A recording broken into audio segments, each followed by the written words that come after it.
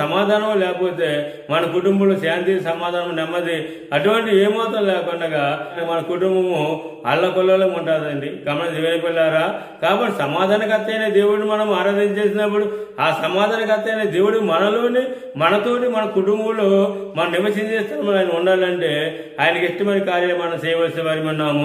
కాబట్టి ఆయనకి ఇష్టమైన కార్యాలు ఏమన్నాయో మీకు తెలియపడతాను, వివరించను. కానీ ఎందుకంటే ఇది వాగ్దానం కాబట్టి వివరించను, మీకు మాటలు తెలియపడతాను. మొట్టమొదటి చూసినట్లయితే కనుక విరిగిన హృదయము ఆయనకి ఇష్టమైనది, నలిగిన హృదయము ఆయనకి ఇష్టమైనది. గమనించండి దేవుని పిల్లారా, ఈ మాట మనం చూసినట్లయితే మరి కీర్తన గ్రంథము 51 కీర్తన 17 వచ్చిలో మనం చూస్తూ ఉన్నాము.